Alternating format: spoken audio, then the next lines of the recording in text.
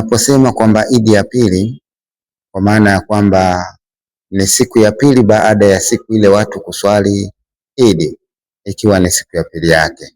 Kwa hiyo hii inajulikana ni siku ya Idi ya pili. Lakini kadhalika kama tunavyofahamu kwamba tupo katika mazingira ya ikhtilafu za muandamo wa mwezi, kwa maana kuna wale ambao wanaharaka kuuona, kadhalika kuna wale ambao wanaochelewa kuuona. Wale wanaoharaka kuona wao jana ilikuwa ni Idi yao ya pili, lakini kadhalika wale ambao wanaochelewa kuona basi leo ndio Idi yao, leo ndio siku ya Idi yao ya pili. Ukiachana hayo mambo yametokea kwenye mfungo, ni watu maarufu kufuturisha. Tunaona kuna msanii anaitwa Harmonize na mpenzi wake Kajala waliweza kufuturisha nguruwe na watu wakala. Hii imekaaje kwa mnyama aina nguruwe? Je, ni sahihi au? Kiimani ya dini ya Uislamu, suala la kufuturisha ni katika jambo ambalo lililokuwa la kheri, kwa maana yule ambaye atakayekuwa ameliendea hilo akawa amewafuturisha Waislamu wenzie atapata kheri na malipo kwa kile alichokifanya. Lakini je, anachokifuturisha ni kitu gani? Ina maana ya kwamba anachotakiwa kufuturisha ni vile vitu vilivyokuwa vya halali ambavyo sheria ya Uislamu imepitisha kwamba vitu hivi ni vya halali. Kama itakuwa ni vitu vya haramu, basi moja kwa moja yule mwenye kufuturisha atapata madhambi na vile vile atakuwa katika makosa ya kumkosea Allah tabaraka wa taala. Kwani kama mfano mtu atakuwa amefuturisha nguruwe na sheria ya Uislamu au Allah tabaraka wa taala amemharamisha nguruwe, ina maana kwamba huyo atakayekuwa anamfuturisha anafuturisha watu wale wanachokula ni nyama ya nguruwe, huyo atakuwa yupo katika makosa na atapata madhambi kutoka kwa Allah tabaraka wa taala. Kwa sababu Allah anayazungumza haya ndani ya suratul Maida aya ya 3, ili pale Allah aliposema kwamba hurrimat alaykumul maitatu waddamu wa lahmul khinzir. Allah tabaraka wa taala amewaharamishia nyie maiti, kadhalika amewaharamishia nyie damu, kadhalika amewaharamishia nyie nyama ya nguruwe, kwa maana ya kwamba ni kitu ambacho kisichofaa kwa yule aliyekuwa ni Muislamu, lakini kadhalika Allah aliharamisha kwa umma wote. Kwa yule atakayekuwa ameamua sasa kuwafuturisha watu kitu ambacho ni cha haramu, hatopata malipo kwa hicho na vile vile atakuwa amepata madhambi kwa Allah tabaraka wa taala. Kwa hiyo kufuturisha nyama ya nguruwe ni jambo ambalo halitakiwi. Kinachotakiwa Muislamu kama kweli kabisa anakusudia atakie kheri na baraka za kufuturisha, basi afuturishe kile kitu ambacho kilichokuwa ni cha halali. Na kwenye swala la mnyama aina nguruwe, tunaona baadhi ya Waislamu wanakula nguruwe. Nataka kujua kiundani zaidi huyu mnyama wa nguruwe, kwa nini Waislamu hawataki kugusa nyama yake, na wala hata kama kuna mchuzi wake wengine wanakinai, ila sio wote. Kuhusiana na swala zima la nyama ya nguruwe, Waislamu wanakuwa ni watu ambao wenye kuikataa nyama ya nguruwe na kumpinga kabisa mnyama huyu kwa sababu ya vyanzo vyao vikuu ambacho ni kitabu cha Allah tabaraka wa taala kimemharamisha huyu mnyama. Kwa maana Allah amesema ni haramu kwenu nyie, au hurrimat alaykum, umeharamishwa kwenu nyie nyamafu, kadhalika damu, kadhalika nyama ya nguruwe. Kwa hiyo kupitia maneno ya Mwenyezi Mungu ndipo Waislamu wanaona ya kwamba huyu mnyama hafai. Lakini kadhalika kisayansi, kadhalika tunaambiwa ya kwamba nyama ya nguruwe ina vibakteria, ni vigumu kufa sana, kwa sababu kama itakuwa mtu amekula anaweza kula katika vibakteria hivyo ikawa vina maradhi tena na matatizo katika mwili wake.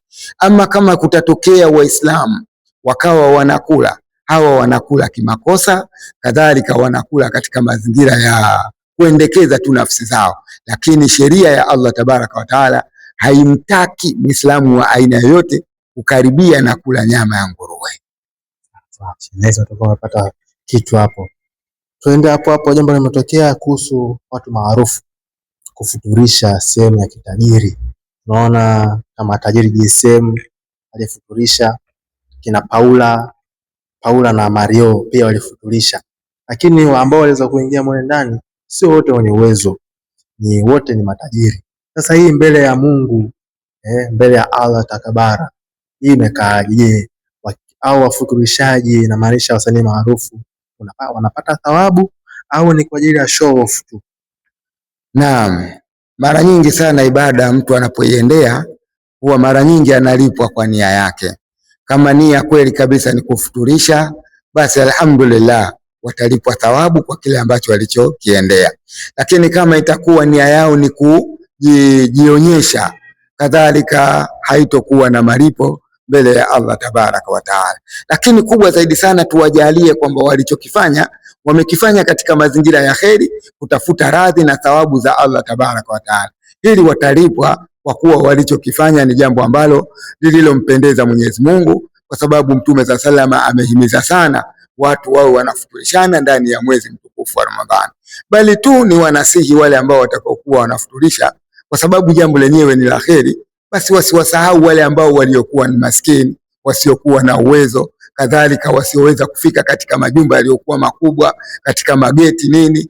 Wajitahidi na wao wafanye mpango au wawe wanawaona wale ambao waliokuwa katika hali za chini, kwa sababu ukiangalia wa hali za chini ni wahitajiji zaidi sana kuliko wale ambao watakaokuwa na uwezo wao na vile vile wakawa wametosheka na hivyo ambavyo wanavyofuturishwa. Hatusemi moja kwa moja kwamba hawana thawabu au hawatolipwa kwa ile, watalipwa na wana thawabu kwa sababu walichokifanya ni jambo ambalo lililokuwa la kheri. Lakini tunaomba vile vile kwamba kama watakuwa wanaendelea kufanya hivyo, basi ionekane ya kwamba wanawachukua hata wale ambao waliokuwa katika hali iliyokuwa ya kinyonge sana, kwa sababu sadaka huwa mara nyingi yamgusa yule ambaye aliyekuwa hana, aliyekuwa mnyonge, ndipo ambapo inapokuwa ni nzuri zaidi sana. Allah awalipe kila wote waliofuturisha na walioendea hayo kheri, lakini vile vile kuwatazama wale ambao waliokuwa wanyonge zaidi. Kipindi cha Ramadhani watu wengi sana wameweza kufunga na kila mtu ameweza kubadilisha tabia yake kutoka moja kwenda nyingine. Hapa hasa nazungumzia wale ambao wanafanya mapenzi kwa jinsia moja, mashoga. Manake kipindi cha mfungo kidogo walitulia. Sasa tumemaliza mfungo na leo ndio Idi ya pili, wakirudi katika tabia zao chafu. Mungu siku ya mwisho Mungu atawasamehe kwa sababu alifunga kipindi cha mfungo, au imekaaje? Unafunga tabia zako unazifunga kipindi cha Ramadhani, ila baada ya Ramadhani unafungua madhambi yako, especially kushoga. Hii imekaaje? Maana wapo wengi sana ambao wameweza wanafanya hiyo vitu.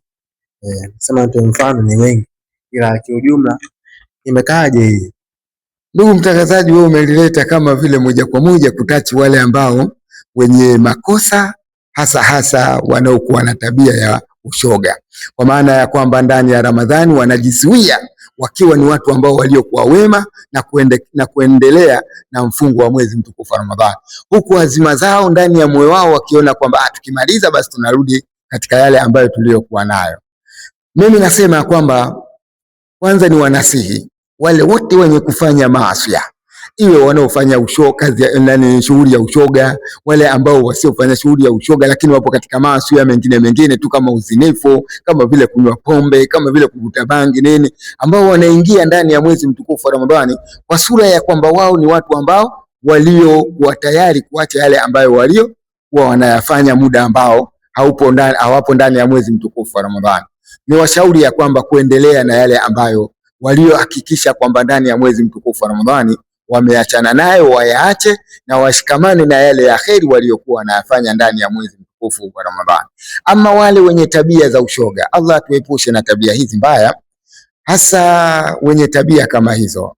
Hebu ifikie hatua wamuogope Allah tabaraka wa taala, kwa sababu walikuwa ndani ya mwezi mtukufu wa Ramadhani, kadhalika walifunga ndani ya mwezi mtukufu wa Ramadhani, wengine wakisimama kwa ajili ya kumuomba Allah tabaraka wa taala awafutie madhambi yao hayo.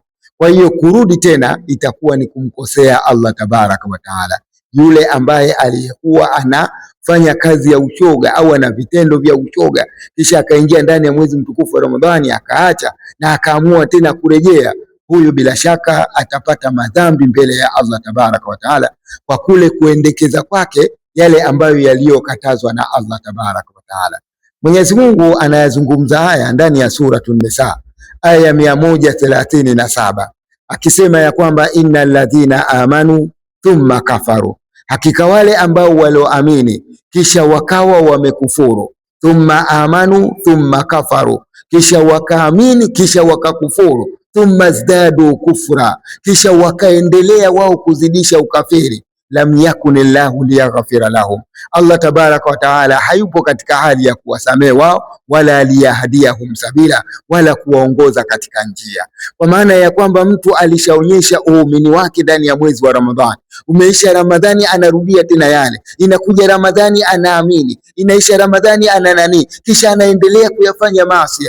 Allah tabaraka wa taala hayupo katika hali ya kuangalia katika jicho la rehema watu wa mtindo huo, kwa sababu mtu anatakiwa akiamini awe ameamini moja kwa moja. Anaingia ndani ya Ramadhani akikiri makosa yake, anamuomba Allah tabaraka wa taala toba, anamuomba Allah tabaraka wa taala msamaha, ili baada ya Ramadhani ionekane ya kwamba anatoka akiwa msafi na anaendelea yale yaliyokuwa mazuri, ima kurejea tena katika maasi.